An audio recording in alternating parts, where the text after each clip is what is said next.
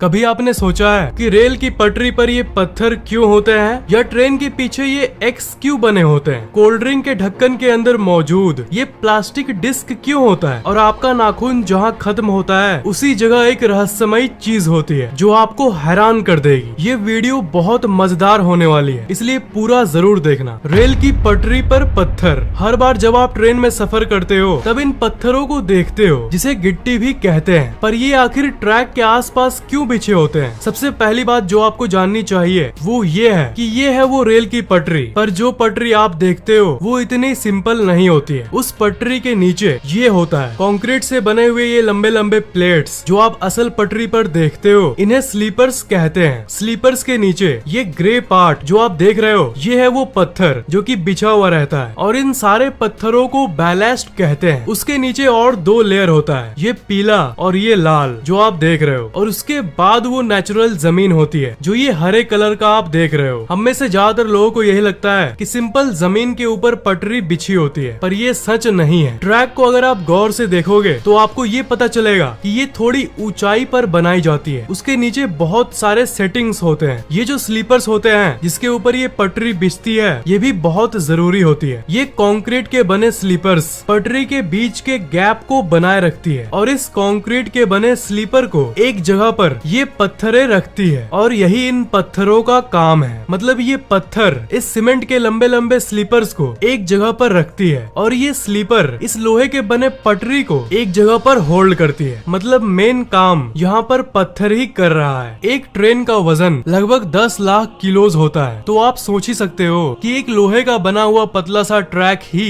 इसे नहीं संभाल पाएगा। एक ट्रेन को संभालने में इस लोहे का और इस कंक्रीट के बने स्लीपर का और इन पत्थरों का, इन सब का मिल के योगदान होता है। पर देखा जाए तो फैक्ट ये है कि सबसे ज्यादा लोड इन पत्थरों पर ही जाता है। ये पत्थर ही वो चीज है जो ट्रैक को एक जगह पर फिक्स रखती है। पर रेलवे ट्रैक के नीचे कोई भी ऐसी वैसी गिट्टी का इस्तेमाल नहीं किया जाता। अगर इन गिट्टियों के बदले गोल गोल सॉफ्ट पत्थरों का इस्तेमाल किया जाता तो वो एक दूसरे से टकराकर गोल गोल घूमने लगते और पटरी एक जगह पर नहीं रह पाती। ट्रेन के वजन के चलते पटरी भी हिलने लगती। इसलिए स्पेशली नोकीले और रफ पत्थरों का इस्तेमाल किया जाता है जिसके कोने गोल ना हो, जिसे कि गिट्टी कहते हैं, ताकि जब भारी ट्रेन उस पर से पार हो तो ये नोकीले पत्थर आपस में अपना अकड़ बनाए रखें जो कि गोल पत्थर नहीं कर सकते। और इस अकड़ के चलते चलती हुई ट्रेन चाहे कितनी भी भारी हो, ये लोहे का बना हुआ पटरी और ये स्लीपर एक जगह पर फिक्स रहता है। इस पत्थर का और एक काम है, जैसा कि आप जानते होंगे कि अगर गिट्टी नहीं दी जाए तो ट्रैक का कुछ ऐसा हाल होगा, वो घास और पेड़ पौधों से भर जाएगा। तो वो पत्थर इन्हें भी उगने से रोकते हैं और घास को जमने से रोकने के साथ साथ ट्रैक के आसपास पानी के जमाव को भी रोकते हैं। तो अगली बार ट्रेन से सफर करो तो एक बार इन पत्थरों को सैल्यूट कर देना और लोहे के बने ट्रैक के बदले इन पत्थरों को नोटिस करना कि कैसे ये पटरी को एक जगह पर रखते हैं। पर और एक बात आपके मन में आ रहा होगा कि मेट्रो ट्रेन जो होते हैं उसके ट्रैक में तो इन पत्थरों का इस्तेमाल नहीं होता। तो बात ये है कि जो डायग्राम मैंने आपको दिखाया ये मेट्रो ट्रेन में फॉलो नहीं होता है। डायरेक्ट स्लीपर्स को रखने के बाद ट्रैक को रख दिया जाता है बिना किसी गिट्टी के। ज्यादातर मेट्रो ट्रेन अंडरग्राउंड या फिर ब्रिज पर बने होते हैं, इसलिए पत्थरों का इस्तेमाल नहीं किया जाता, क्योंकि मेट्रो का ये ट्रैक मिट्टी के जमीन पर नहीं बना होता। इसलिए यहाँ न पेड़ जमने का प्रॉब्लम होगा और न ही पानी जमने का। और जनरली मेट्रो ट्रेन का वजन नॉर्मल से कम होता है और वो छोटे छोटे क्यूट से होते हैं, इसलिए यहाँ मेट्रो ट्रेन के पटरी पर इन पत्थरों की जरूरत नहीं पड़ती। ट्रेन के लास्ट डब्बे पर एक्स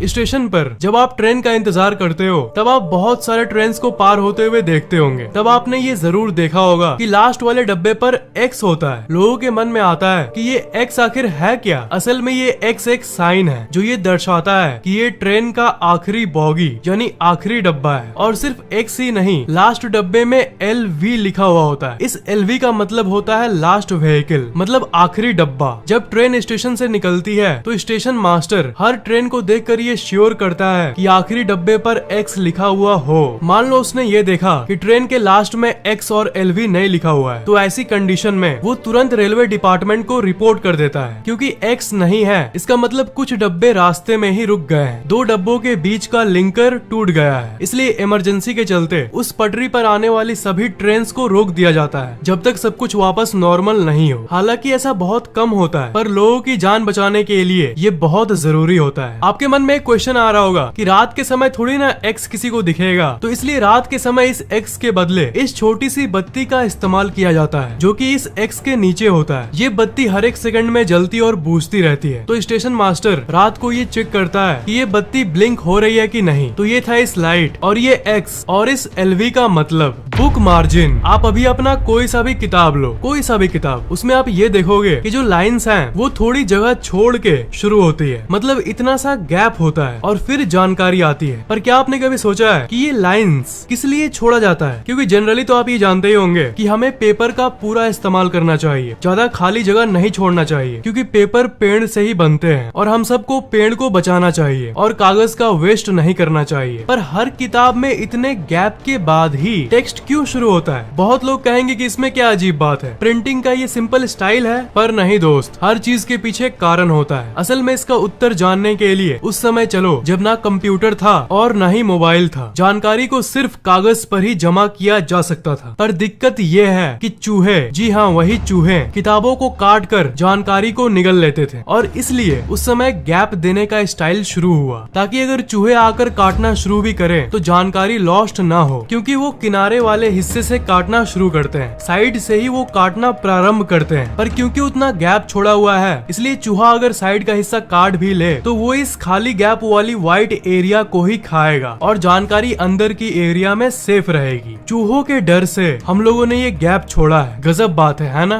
बॉटल के अंदर वाली प्लास्टिक रबर डिस्क, आपने जरूर देखा होगा कि आप जो कोल्ड ड्रिंक खरीदते हो उसका जो कैप, जो ढक्कन होता है, उसके अंदर एक रबड़ का ऐसा डिस्क होता है। ये डिस्क एक्चुअली में एक प्रेशर सील का काम करता है, मतलब एक ऐसी चीज जो कि कोल्ड ड्रिंक को और उसमें मौजूद गैस को बाहर निकलने से रोकता है। वही एक चीज है जो कि बॉटल को एयर टाइट बनाता है, ताकि बाहर का हवा उसमें नहीं घुस पाए। सिर्फ ढक्कन अगर हो और ये डिस्क ना हो तो अंदर का गैस थोड़ा थोड़ा बाहर आना शुरू हो जाएगा। पर वो गोल्ड डिस्क एक्चुअली में एक्स्ट्रा प्रोटेक्शन देता है, ताकि थोड़ी सी भी गैस अंदर से बाहर ना निकले। बैग पर बना हुआ डायमंड, सारे बैग्स पर तो नहीं, पर आपने ज्यादातर बैग्स पर देखा होगा कि ऐसा डायमंड शेप का डिजाइन उसके ऊपर बना हुआ रहता है। ज्यादातर लोगों को लगता है कि ये सिर्फ डेकोरेशन यानी सिर्फ डिजाइन के लिए बनाया हुआ होता है, पर नहीं। इसकी फैक्ट जानने के लिए थोड़े समय पहले चलो। पहले के समय में बैग ज्यादातर वो लोग इस्तेमाल करते थे जो हाइकिंग और क्लाइंबिंग करते थे, यानी जो पहाड़ों पर जाते थे एडवेंचर के लिए या फिर रिसर्च के लिए। उन्हें बहुत सारा सामान लेके जाना पड़ता था, जिसमें कोई कोई सामान बैग के अंदर फिट नहीं होता था। इसलिए बैग बनाने वाले ऐसे डायमंड शेप बनाते थे ताकि लोग अलग अलग सामानों को, जैसे एक्स्ट्रा जूतों को, ऐसे टांग पाए। और किसी किसी हाइकिंग बैग पर तो ऐसे बहुत सारे एक्स्ट्रा डायमंड्स बने होते थे ताकि वो बहुत सारे एक्स्ट्रा सामान को टांग पाए। जो इस फैक्ट को नहीं जानते वो ऐसे डायमंड को देखेगा तो उसे तो ऐसे ही लगेगा कि ये सिर्फ डिजाइन के लिए बनाया गया है, पर सच्चाई तो कुछ और ही है, जो कि है कि ये एक्स्ट्रा चीजों को कैरी करने के लिए बनाया गया है। नेल क्यूटिकल्स, आप अभी अपने नाखून को ध्यान से देखो। जहाँ से नाखून शुरू होता है वहाँ से लेकर थोड़ी दूर तक ऐसी पतली लेयर होती है। हो सकता है कि आप अपने सारे अंगुलियों में नहीं देख पाओ क्योंकि ये बहुत पतला और छोटा होता है, पर एक न एक अंगुली में आप ये जरूर देख पाओगे। ध्यान से देखना, इसे क्यूटिकल्स कहते हैं। ज्यादातर लोग इसे यूजलेस चीज मानते हैं और बहुत लोग तो बारीकी से अपने क्यूटिकल्स को हटवा भी देते हैं ताकि उनका नाखून एकदम परफेक्ट दिखे। पर एक्चुअल साइंटिफिक फैक्ट की बात करें तो वो आपके नाखून के हेल्थ के लिए बहुत जरूरी होता है। असल में ये क्यूटिकल एक सुरक्षा कवच की तरह होता है जो कि आपके उस जगह को बैक्टीरिया से बचाता है जहाँ से आपका नाखून शुरू होता है। उस क्यूटिकल के बिना आपका नाखून का जो जड़ है जहाँ से वो शुरू होता है उसमें कई तरह के बैक्टीरिया एंटर कर सकते हैं, इसलिए वो क्यूटिकल आपके लिए जरूरी है। पैन के हैंडल पर छेद, आपके किचन में अगर ऐसी कोई पैन होगी तो उसके हैंडल पर इस जगह पर आपने इस छेद को जरूर देखा होगा। आपको क्या लगता है ये सिर्फ डिजाइन के लिए होता है? सिर्फ पैन में ही नहीं, ऐसे जितने सारे बर्तन होंगे उनमें से ज्यादातर में छेद यानी होल रहती है। 90% लोगों के दिमाग में ये आता है कि ये टांगने के लिए बनाया जाता है, पर असल में ये इसके लिए नहीं बनाया गया। हाँ, टांग सकते हो, पर असल वजह इज समथिंग एल्स। इसका असल वजह ये है, ये स्पून यानी चम्मच को अटकाने के लिए होता है, ताकि जब आप कुछ बनाते हो और बीच में खाने को चलाते हो यानी स्टीर करते हो तो आप स्पून को वहीं पर फंसा पाओ। अगर आप खाने को चला के स्पून को कहीं और रख दोगे तो फिर वो लिक्विड इधर उधर लग जाता है और पूरा मेस हो जाता है। लेकिन अगर आप ऐसे रखोगे तो स्पून से अगर कुछ चुएगा भी तो वो उसी में जाके गिरेगा। इरेजर का ब्लू पार्ट, जी हाँ, उसी इरेजर की बात कर रहा हूँ जिससे पेंसिल का लिखा हुआ मिटाया जाता है। ऐसे जो इरेजर होते हैं जो 2 कलर्स के होते हैं, रेड और ब्लू, इसने मुझे बचपन में बहुत परेशान किया है। बहुत लोगों के मुंह से आपने सुना होगा कि ये जो ब्लू पार्ट है ना, ये पेन की इंक को मिटाने के लिए होता है। अगर आप पेन से लिखा हुआ इसे मिटाने की कोशिश करोगे तो ये आपके पेन से लिखी हुई चीज को और भी खराब कर देगा। ये 2 पार्ट असल में अलग अलग कामों के लिए होता है। इरेजर का ये रेड पार्ट नॉर्मल पेंसिल के लिखे हुए को मिटाने के लिए होता है, मतलब एक नॉर्मल इरेजर। पर ये जो ब्लू पार्ट है ये असल में नॉर्मल कागज से अलग, यानी जो